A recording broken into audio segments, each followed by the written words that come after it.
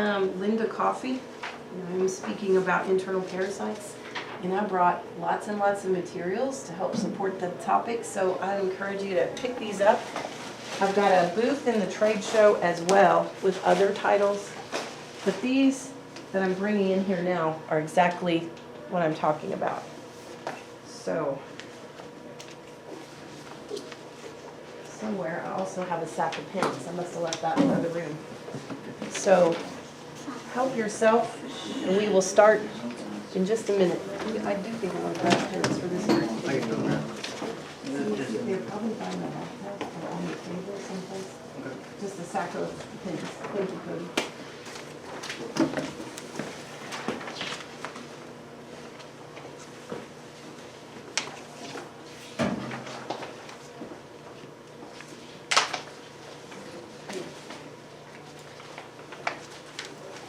It helps me to know something about you.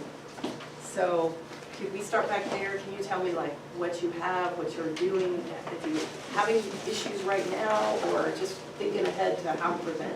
I'm Philip Burkhart. I farm just south of Cantrell, and we generally run right around 400 to 500 head of sheep on the farm at a time. So we'll have them with our cows, and we got sheep just running everywhere. Oh, Katahdin or what kind? No, wool sheep. What kind? So we've got Ile-de-France, we've got some Dorsets, we've got some Suffolks, we've got some, my brother's girlfriend just got some, Schrops. Oh my gosh. So, and then, I think that's all the breeds we've got, but we've kind of got a Is small. Ile-de-France a dairy sheep, or am I wrong? No, it's a wool sheep, but it's like the main base is merino, so they produce quite a bit of wool, Okay. but they're real thick and Okay. meaty. I don't know about them, obviously. Actually, one of the guys that we know, he just imported Ile-de-France out of Canada. He's got the purest sheep, but our Ile-de-France's are just composites. But he's got the pure breed, actual pure Ile-de-France's now out of Canada. So he imported them last year, so. I would love to see that. Yeah. I'd love to see Yeah, that farm if with you all get on this. YouTube, look up Bill Fett sheep. Do you have a card? No. Okay. All right. Well, I'll get a pen. I want to write that down after class. Yeah. So, okay. Yeah, so, but we send most of our lambs through like Dave Hopkins to Superior, or we'll push them into like an Ide market or sell them at Kelowna that Okay. way. So that's kind of the marketing. So how many years have you been raising the sheep? I'm not as big into the sheep, but my brother's really big into the sheep, and he's been doing it since like 12. When my brother wanted to run cows, my dad wanted to buy him any cows, so my mom bought him 6 Suffolk ewes out of the sale barn when he was 12. So that's kind of the story of how we got started. Oh, that's amazing. That's how it started. Okay, Yeah, great. so. Are you having parasite issues? Oh yeah, Oh, yeah. a lot of parasite issues. Okay. We're even having issues with them in the dry lots. Okay. So. All right. How about you? We just have cow-calf operation. I'm just trying to learn as much as I can. We're thinking about doing some multi-species grazing, Yeah. so. Yeah. Okay, good. We were having to do cow-calf, except for her. She just got started this year with Katahdins Okay. and 4-H, so we're learning. It's been a long, I used to do wool sheeping when I was a kid, so Okay. it's been a while. A bit of a refresher. Yes. Okay. I got about 130 head of ewes. 130? Yeah, they're starting lambing. I got a little bit of problem with, sometimes they got not quite enough milk. Uh-huh. I don't know if it's mineral problems or not. And as far as the foot rot and parasites, I'm pretty good on that.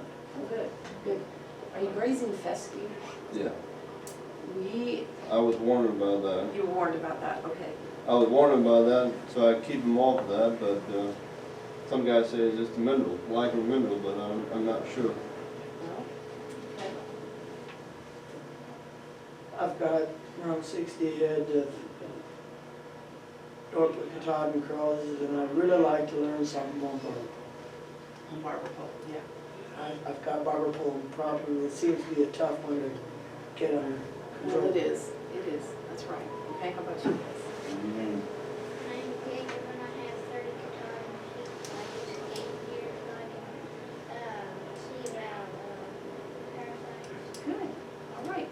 Well, Jacob, I'm gonna count on you to stop me if I say something that makes no sense, okay?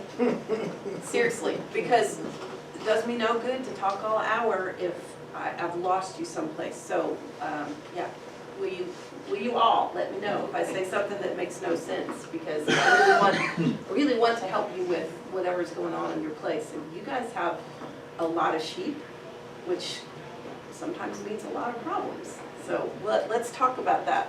My name is Linda Coffey.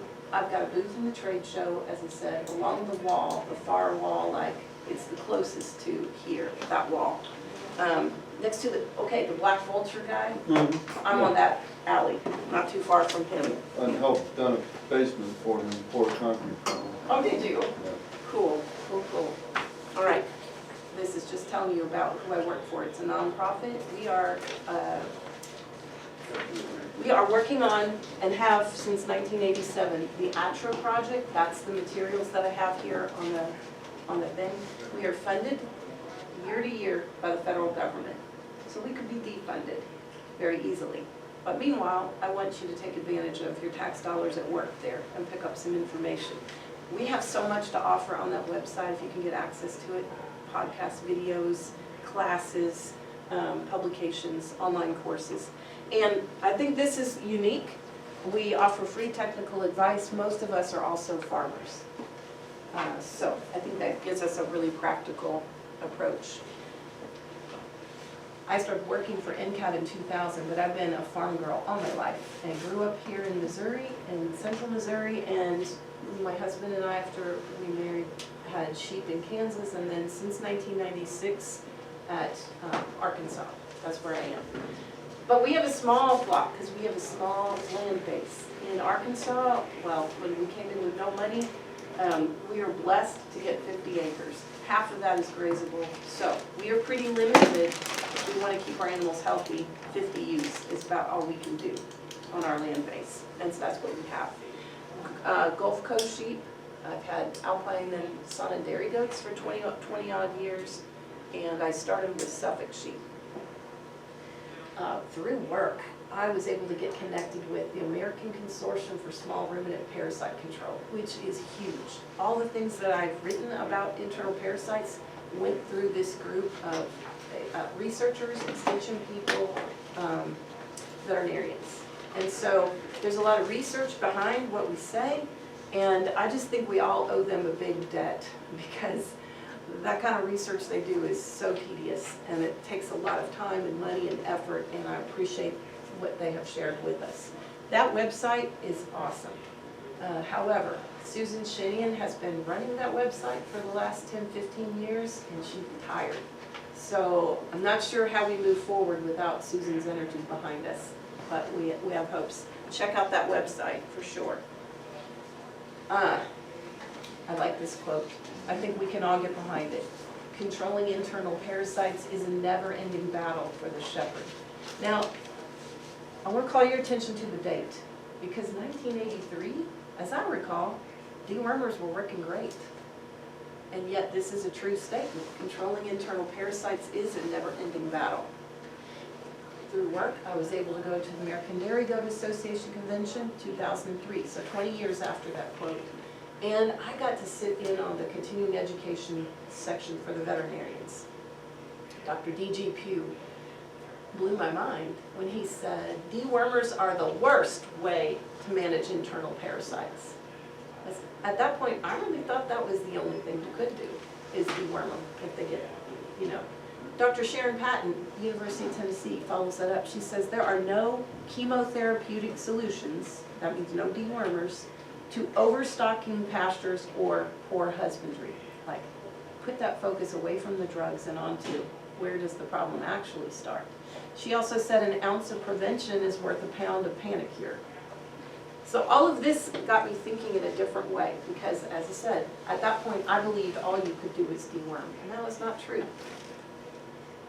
So, the South Africans have been working for years on what can you do, with large-scale operations too. And they said, all right, you can't just deworm, you have to think of the whole system.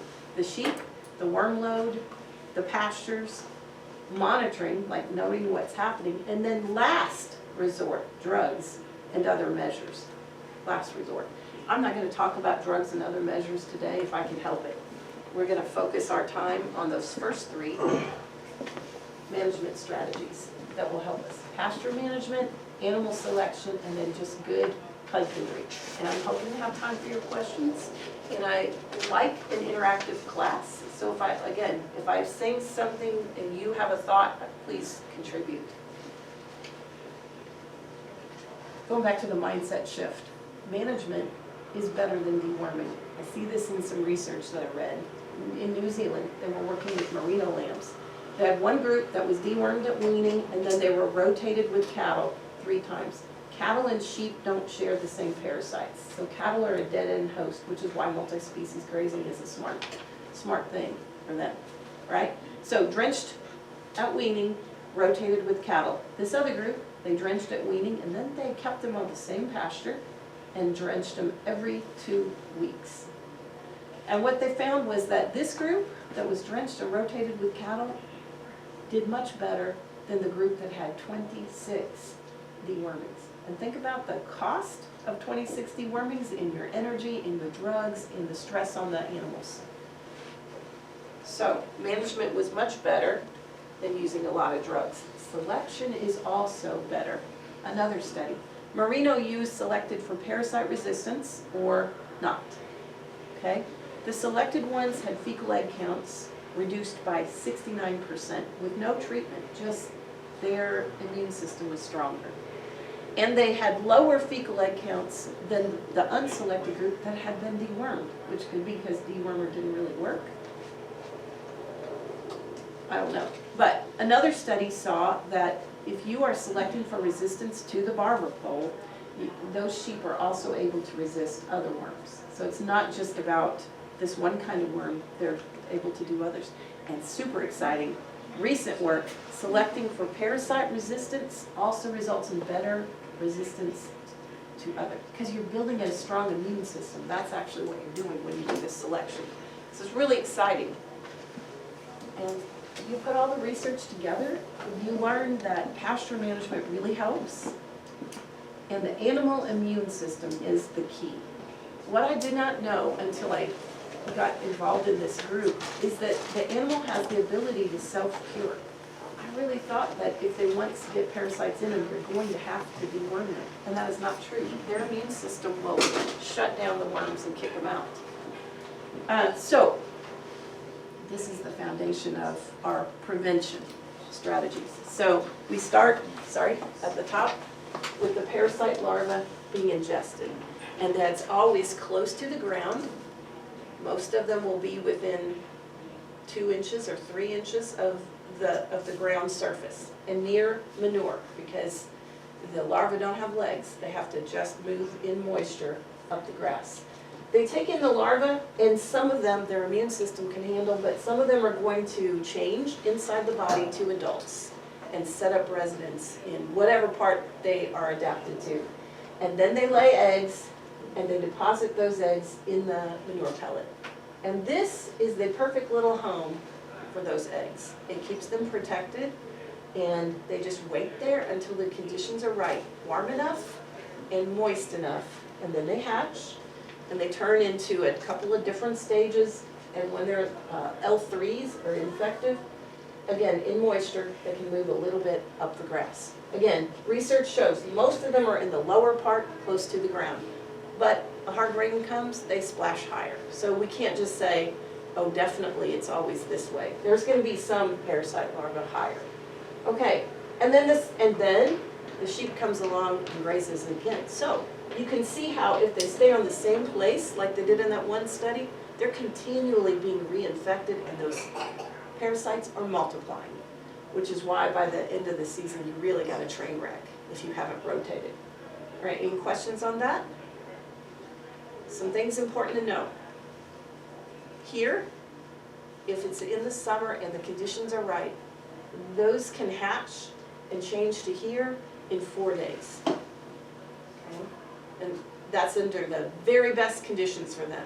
In cooler weather, it will take longer. In dry weather, it won't happen at all until the rain happens. Okay? So our first thing that we have to think about is that pasture, because that's where the infection begins, right? And here is the great advice. You graze above 4 inches, because remember, most of them are close to the ground. If you give them diverse forages, they're gonna be better nourished, that's good. And they can pick up some maybe medicinal things in there and they'll eat more. So diverse forages. Always give them plenty. Move them often because you're moving away from that manure. At least every 3 days in summer because we're getting away from before those eggs hatch and move up, okay? And don't come back until the plants are fully recovered and you've given it some time for the worms to die. Does that all make sense? Doesn't that take like, is that 60 or 90 days normally, or? Yes, Okay. yes, you have really hit on the problem with that part right there. Okay. Yes, because what I just said is nonsense to sheep producers, really. If you, I mean, sheep want to spot graze. Sheep want to kill out their favorite plants, which is why over time, my pastures have turned to Bermuda grass because they didn't want to kill those out and they didn't kill, right? Sheep want to get right down to the ground, even if you put them in and just put them in. I mean, they like to graze down near the ground. And parasites can live a lot longer on the pasture than we think or than we wish, okay? So how we solve this, all of this, is with a different kind of grazing. It takes more management and might not be possible on your scale. But if you can, a short duration, high intensity grazing, that is get them in a small enough area that they can graze down fairly evenly and not overgraze it, and then move them and give it a long rest. While it's resting, your forage quality, you know, if you let it have too much rest, you know it's going to get over mature and not be that nutritious. So what we do there is use cattle because they don't share parasites, or maybe you could do a hay cutting to use that forage while it's a good quality and give those parasites down near the ground time to die, and then let it fully regrow so that you can put your sheep in and let them graze and get plenty of nutrition and not let them graze short. Does that make sense? All right, as I said, with the scale that you're on, I don't know. I don't know how you do that, but if you can do any sort of rotational grazing and give it more rest, that will really help your problem, I'm sure of that. So here's the thing about that short duration, high intensity grazing followed by a rest.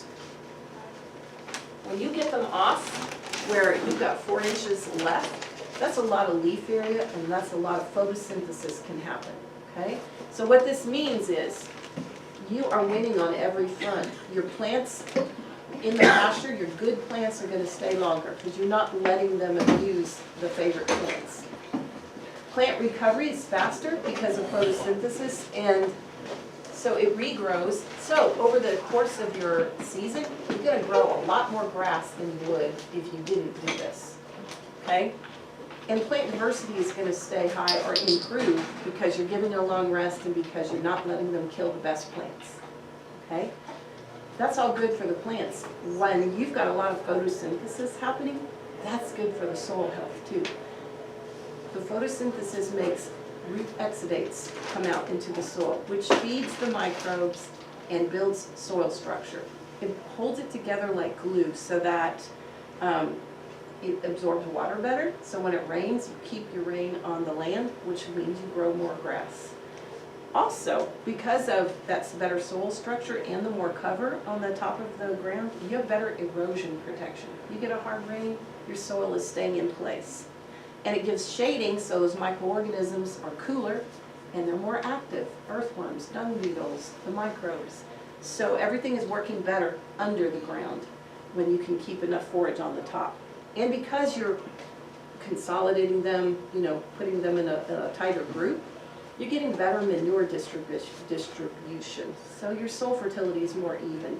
You don't have hot spots in different places. It's just a better situation for your soil. And having healthier soil and healthier plants means you're gonna have healthier animals. You're growing more grass, you're giving them more nutrition, and you're avoiding those parasites, because those parasites are working against you if you've got a big infection. Does this make sense? I acknowledge that extra work on the grazing management is extra work, but it really will pay off. And if you can figure out how to get it done, I certainly encourage it. So that first line of defense was the pasture, limit exposure. Don't let them graze too short. The second line of defense is just looking at the animal themselves and support that immune system and select only the strongest animals, because you've got some animals that just can't hack it, right? If you figure this out, you can make it. We'll get to that. What do we know about the immune system? Does this kid have a good immune system? Looks a little droopy. Well, the kid is fine. It's a trick question, kind of. She doesn't, it takes time to build an immune system. She is relying on the mother and colostrum, right, to help keep her healthy. Meanwhile, at the time of birth, the mother's immune system takes a dive. So right now, the mother, inside her body, the parasites are waking up and they're laying eggs, and so we have what you call the periparturia rise. Their fecal egg counts go up, and if you're not supporting her with good nutrition, she can get sick at this stage of production, right? So the kid doesn't have, this kid is not resistant to parasites, doesn't have time. And the mother resistance is down. Anytime there's a stressful weather event, and these sheep are not stressed, their wool has them perfectly, they're fine, they're comfortable, and they have plenty to eat.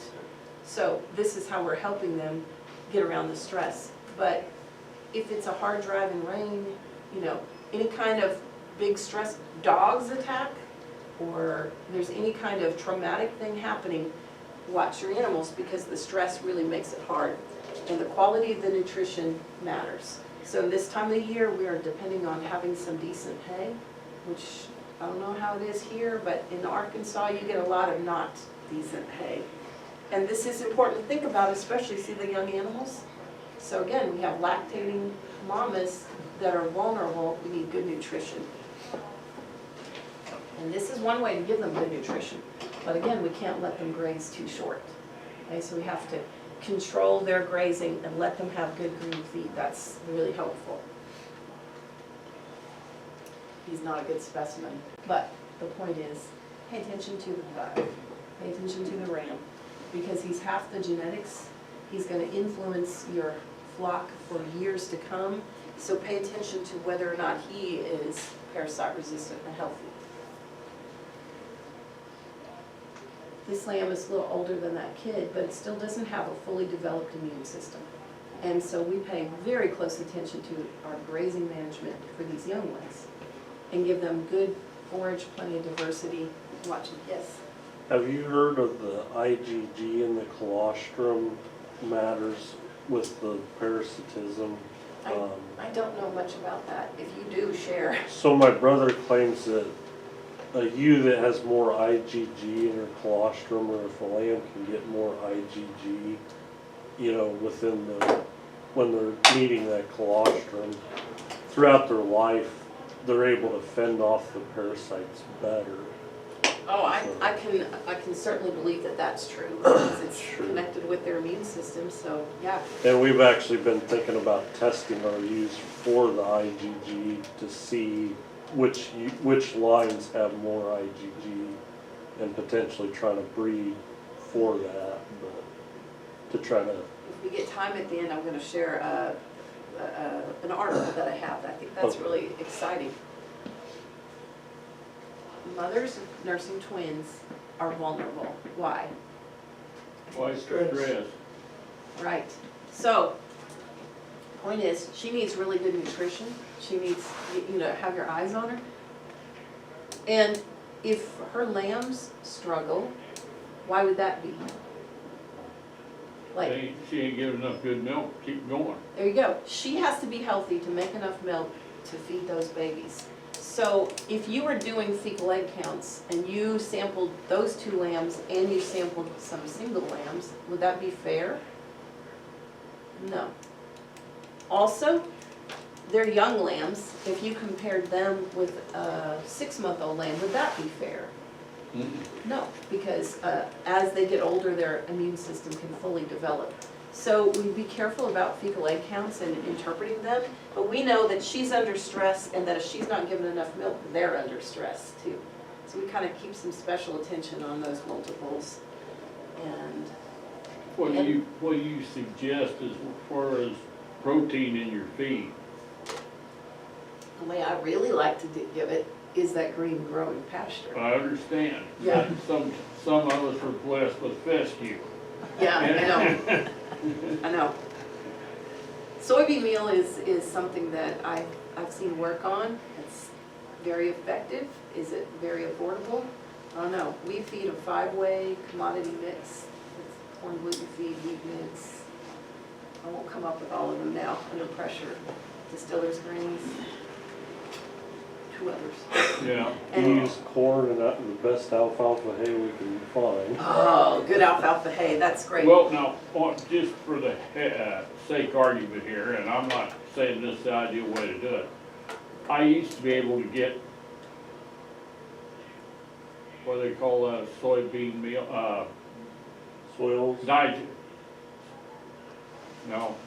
It's still, instead of soybean meal, extruded bean meal. That's what I was saying. Okay, And it's still got the oil in it. Well, I've noticed that when I would grind for them, or even my calves, the calves seem to look better, the cows look better because of the oil in there, and I was doing it one winter and bought a bunch of cows and calf pairs, and I was clearing $1,000 a calf, and it was in a slumpy market, I guess is what you'd call it, and it worked out good. Now the place is closed up and I can't get it, and I have some cows now that I wish they look good. Neighbor, all your cows look good, but they don't have that shine that oil puts on them. yeah. You know, and I could go buy oil, but why buy it when you can get it all in one deal and it's Oh, about yeah. the same price? Yeah. Watch the old girls too. I think their immune system maybe just gets tired. And which one here is the most parasite resistant? I want to say the one on the right. Like it. Well, you can't tell. But the point is, I like this slide because they lined up perfectly, for one thing. I thought that was really cooperative of them. The white-faced ewe is a Gulf Coast sheep, which we brought up from Louisiana on purpose because we were tired of parasite troubles. But that black-faced one, that Suffolk cross, she was good, and so were her daughters. And the point is, it's not about the breed. You have to look at the individual merits. All the sheep on your place, I mean, you'll have some of every breed probably that are struggling and some that are not. And even those that have known resistance, like the Gulf Coast, you can make them sick. You have to starve them and hit them with a high slug of parasites, but you could make them sick. So don't depend too much on a parasite-resistant breed or animal, but look at the merits of them. And again, we have to take good care of our animals. If you don't remember anything else, this here is really important. Dr. Ray Kaplan, who is a member of the consortium, the founding member, has done a lot of research. This is one goat herd, this is another goat herd. The scale is different, like these have a really big problem with parasites, these don't so much. But he has done enough research to confidently say that in your flock and in mine, the same pattern holds. That some of our animals, most of our animals, can tolerate the parasites and not have any problem. Okay? Most of our animals are in this category here, low fecal egg counts. Some of our animals are in this category here. And they're contaminating our pastures, and they're getting sick, and they're a big hassle, and maybe they're gonna die. So his point is, we need to be able to figure out which are these and keep them and breed them, and which are these and get them off our place. And then over time, we have a whole lot better situation, okay? Problem is, somebody in the last class brought this up. Problem is, you can't necessarily look at the animals and know where they're at, because some of our animals seem to be doing good, but they're shedding a lot of eggs. So the consortium was doing fecal egg counts all the time, fecal egg counts. How we tell is the eyelid. That's how I tell too, yes, because it's quick and cheap. It's not as precise. And what they say about the eyelid test is, oh, we don't know from that whether they're resistant or resilient. Are they just some that can tolerate it? Sure. And my point is, if they can tolerate it, I'm all about it, right? Yeah. Yeah. So the ones that I want to get rid of are the ones that can't tolerate Mhm. the parasites. I know they're shedding a lot of eggs, so I'm gonna get them gone.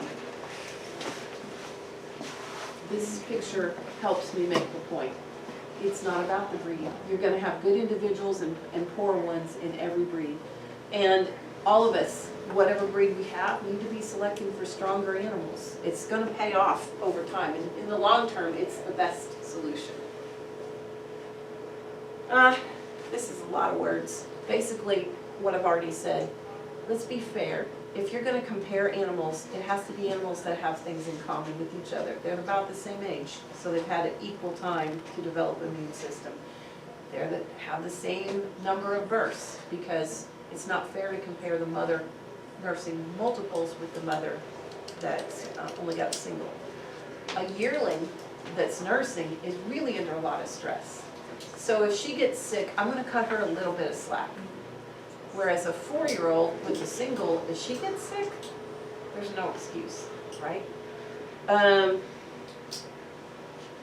There's an article, and I'm sharing it here. There, on-farm selection for resistance to parasites at the wormx.info site under the best management practices. Really good explanation. Now, he's not a big fan of FAMACHA scores, and here's why. What we already said, some animals are just tolerant, not necessarily resistant. But there's only 5 scales, where a 1 is a good, strong, healthy animal, and a 5 is just about dead. There's not much range there. Where you saw on that graph, fecal egg counts could go from 0 to many thousands. So what he's saying is, you could get a lot more information and precision from fecal egg counts. But they're $5 a pop at the best price I've ever seen, okay? So I understand the value of fecal egg counts, but personally I use the FAMACHA method as being quick, cheap, and it gives me, it's correlated with fecal egg counts, that's why it works. It only works for barber pole worm. I realized I didn't even say, do you know what the FAMACHA method is? Okay, I'm sorry. So FAMACHA stands for Fafa Milan chart. On a scale of 1 to 5, looking at the mucous membranes, okay, in the eye. A 1 is a good healthy animal, it's a strong pink, very deep kind of pink color. As they get more barber pole worm, which is a blood sucker, they have less blood and so less red blood cells, and they get paler. So as they get paler, you can kind of tell, oh, they must have a lot of blood-sucking parasites, okay? So a number 2 is still fine. They've got some, but they can fight it off. A number 3 is still fine unless they're in one of those maybe really thin, under a lot of stress, lactating animals like that. When they get in a 4, you have to deworm them or they're probably gonna die. If you get a 5, they may die even if you deworm them because they're that anemic. You're gonna see signs of an animal that's not healthy other than grabbing them and looking at their eyes. So that's all about the monitoring. You're watching their behavior. I'm getting sidetracked. Anyway, you're gonna see signs, but anytime you see a sheep or an animal that's like not acting right, doesn't want to eat, it's last through the pen's kind of sluggish, you catch them and you look there, and that can tell you if worms is the problem. And a lot of times it is, but not always. All right? Anybody else in here use Famacha on their farm? Yeah? Tell us about your experience. Are you happy with this technique? Do you feel like it's helped you? It's definitely helped, but I wish there was a cheaper way to be more sure. To be more sure, yeah. First time I used Famacha after I learned about it. Husband's out of town, out of the country actually, and I see a lamb with bottle jaw. Oh no. Do I even have enough dewormer to deworm everybody? And we get them in, and we worked, my kids and I worked 70 lambs in an hour, and we only needed to deworm 6. I was like, oh, that saved so much effort, because looking at the eye and chalk marking, that's quick, right? It saves so much effort, saves so much dewormer, and it was really good information for me to realize that that 80-20 thing, that's really true. There were just a handful of them that actually needed to be dewormed. And so that's powerful to me. But it's only good in the summer, because that's when the barber pole worm is active. And yes, it's not as precise. Which animal is most important? Strong doesn't. Hold on. Well, the ram. The ram is most important, because again, those genetics are gonna impact your flock for a long time. And you want him to be, for sure, strong and healthy, right? Jim Morgan, who wrote that article, said, and I like this quote, "Selection is a marathon, not a sprint." I have a lot of respect for the Katahdin people that have been working on this problem for a long time. Because I remember when they came out and they said they're parasite resistant, and I've been to some farms and said, no, they're not. But they've been working on this, and I saw a chart where it showed weaning fecal egg counts. Weaning is a stressful time, so they did fecal egg counts at weaning, and it held steady, a little dip, but not much, for almost 10 years of working on this. And then, now they've got a lot better situation. And so the point is, it may not look like your selection is helping all that much at first, but if you keep at it, it will. And remember that, well, what I said earlier, you can have a good immune system and still get sick. They have to be supported with good care. Your BAF in the South African group says, stop selecting sissy sheep. And you get into this problem if you get a favorite sheep or, a favorite sheep, that could be a problem. But you'll be so much happier with your flock if you make sure that they are good and strong. And you cannot have a good, strong animal without good nutrition. Minerals are super important. Copper and zinc are important for the immune system. And I know sheep people are really cautious about copper, but I'll tell you, where I live, we're copper deficient. And you can't have a healthy animal that doesn't have enough copper. So to find out, you can do forage analysis, you can do liver analysis on your animals and kind of see where you're at. And then I would say work with a nutritionist, and I'm not a nutritionist. But we are really bad to forget to put the minerals out. For sure, they're not doing your animals good if they're not able to get to They're in them. the bag. Yeah, if they're in the bag, they're not doing them any good. Don't forget the salt as well. Did you ever hear of a copper capsule? Yes, I've used the copper. In fact, I've got a handout, maybe I brought it in here, or maybe it's in the other room. Copper oxide wire boluses is one effective tool. That's for goats, isn't it? It can be used for sheep That's as well, deworming. just cautiously. Yeah. They use a super low dose, Mhm. and they have found that it helps dewormers be more effective. It doesn't always work. Like Dr. Burke found that when she used it on lambs at weaning time, it didn't work, but because of the stress. But that is an effective tool, and I did bring a handout on that.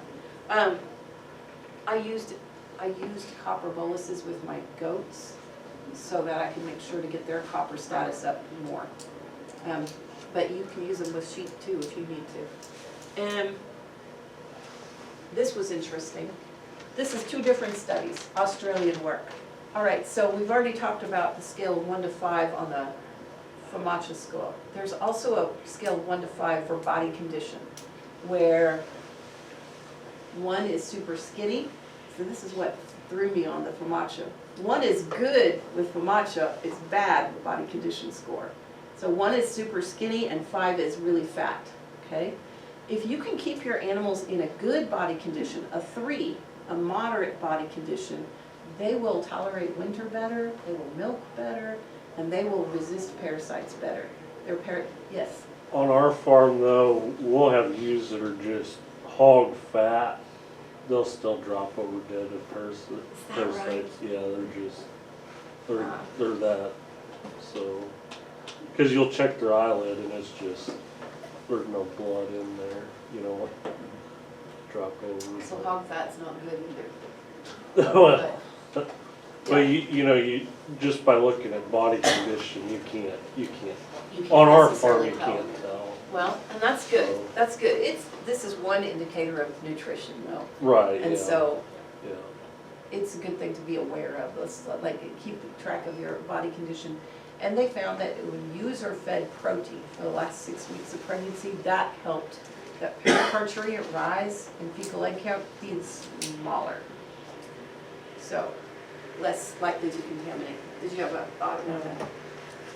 No, the change off on warmer helps too. They don't want you to change off wormers unless the first one stopped working. That's the new recommendation. I know. Maybe not. Yeah. Last year, I switch off. they said mix warmers. That really helped for me. Mixed wormers, you mean use 2 drugs? 4. 4 drugs? There's 4 different brands, I can't remember what they all are, but mix them 4 together and use 1 ratio. It is way more effective. You learned that here? Yes. Wow. I found it to be way more effective. The consortium recommendation was give more than 1 drug, but don't mix them, do them in sequence, because they didn't know what the chemistry would do if it mixed. So that was the recommendation they told me was you gotta do 1 syringe and then another syringe and then another. I can't remember which one it was that said Okay. it, but he said mix it. That's what he told Mix me it. here. Wow, okay. Extra protein for young animals helps.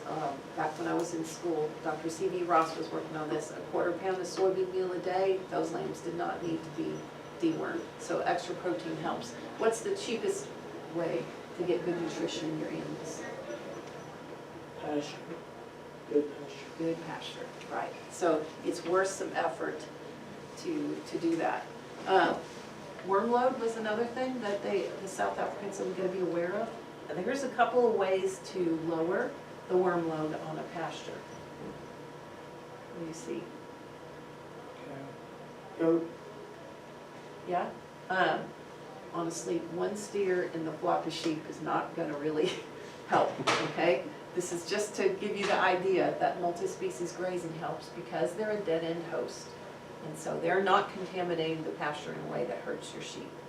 But if you could do sheep and then let it regrow and then bring in cattle and then let it regrow and then bring the sheep back, that would be super effective at getting that worm load down. Another thing that helps is to plant some annuals. So they're grazing turnips here, getting good nutrition, and it has buried some of those worm eggs and larvae. So that is helping clean off the pasture and giving them good nutrition. But it costs something, and the tillage costs something in that organic matter was going down. So we don't like to do much tillage on our farm. We still do grow sorghum Sudan grass for summer forage and just a light disking and then broadcast it, and that has worked really well for us. If you can get some browse, the higher the head, the lower the load. So there are no parasite larvae up in those leaves. So any kind of variety that you can give them can really help lower that. Are we done at noon? Well, I had better move on. These are ways that you reduce the worm load. So one is lower the stocking rate. Back to that early quote, if you're overstocked, nothing that I'm going to say is really going to move the needle for you. So look at your stocking rate first. This is a bit disappointing, but Dr. Steve Hart in Oklahoma said he thought 2 per acre is about where you want to be for small ruminants.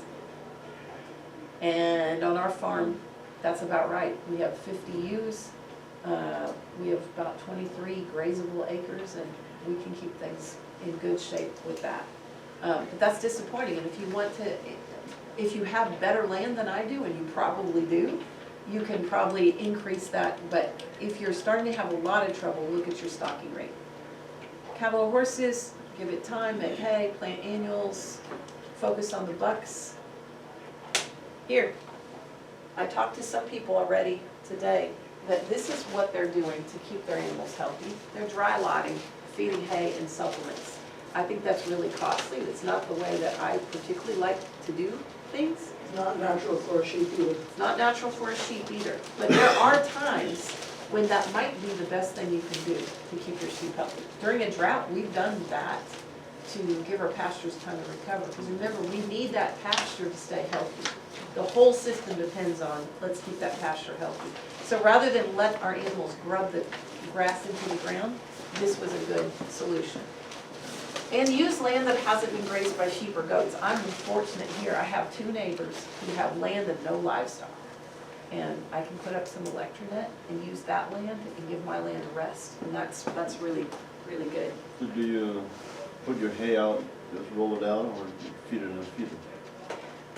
If we're in dry lot, I'm gonna have it in a feeder. Yeah. If we're on pasture, sometimes I roll out just as much as they can clean up in a day. I don't want them using it for a bed, Yeah. but I do want them able to get good access. Like in that snowy picture, the way I feed them, they're surrounded by a cattle panel. If you go in and try to grab and that you can't get hay out, neither can they with their mouth. So I'm taking it out, making it easy for them. My goal there is to make sure they eat. So here's our plan. We limit exposure by not letting them graze too short. We support the immune system with good nutrition and low stress. We select the strongest animals and see our situation improve over time. And then we move away from this contamination before the eggs hatch. So in the summertime, the quickest we have to move is 3 days. You can stay longer than that in the cooler weather, okay? And then we stay away, and that's the tricky part, to give the larvae time to die, to give the grass time to fully recover. And if we can do those things, we really will have less trouble. So what's wrong with this picture? Too short grass. Too short grass, go on. Overstocked, What's that? overstocked. Overstocked, what else do you Depending see? on how long they were on there. Depending on how long they're on there. Anything else that pops out at you? Looks like my farm. Well, true confessions, my farm, in the springtime, we always have this Yeah. problem, but there's more to it than that. This was a mistake that we were making by habit and by not thinking this through. Almost through, let me give you just this minute. Our water source was at the barn. When we first got the farm, we didn't have water all over the place, and that was our water source. And so we were creating this amazing hot spot with lots of manure and lots of parasite larvae, and you see them licking the grass because they don't mind grazing short, it's sweet. So here we have animals that are lactating and young animals that don't have a good immune system. And every day, we're bringing them into this barn lot and feeding them, see the troughs, and letting them water. It is a recipe for disaster. It doesn't matter how good we're doing at rotating the pastures if we're bringing them into a common area that's a hot spot. All right, so how can we improve on this? How can we fix this? Either make it smaller, What's that? either make it smaller so you don't have any grass, or then plenty more waters. Okay. Did y'all hear him? Either make it smaller so there's no grass, or put in more waters. What else? Send them out, spread them out. Yeah, all right. So these troughs are portable. There's no reason we can't feed them out on pasture. And we have portable water tanks. I didn't have a really great system, but 55-gallon barrels with a spout on the bottom, we can haul water wherever we need it. It's just a matter of getting our mind around bringing them home, okay? Coyotes, when I was a kid, I brought them home to the barn lot so they'd be safe from the coyotes. But I've got guardian dogs. So it's a matter of thinking on your own system. Is there a place, is there something I'm doing out of habit that is causing a hot spot, that's causing some contamination, that's infecting my sheep? Even though the rest of your management is good, you're doing a situation like that, you're setting them up. All right, a couple more things. Some people are using what they feel are preventives. Science does not back that up. If it's working for you, there's something else that you're doing probably, and by all means, carry on. But the research does not support DE or garlic or any of, or apple cider vinegar. Worm trapping fungi. This sounded exciting. You feed this substance for 60 days, minimum 60 days, and then it's out in the pellet. It does not kill worms in the animal. It doesn't do anything to them. But it comes out in the pellet, and when that egg hatches, it surrounds it like a lasso. And I have a picture of that someplace. I don't know where I set it down. Sounds really cool, but it does not establish on your farm. So it is just a temporary thing. And look what it costs. So I have never fed it. And somebody in the last class was saying that they didn't see the results that are claimed.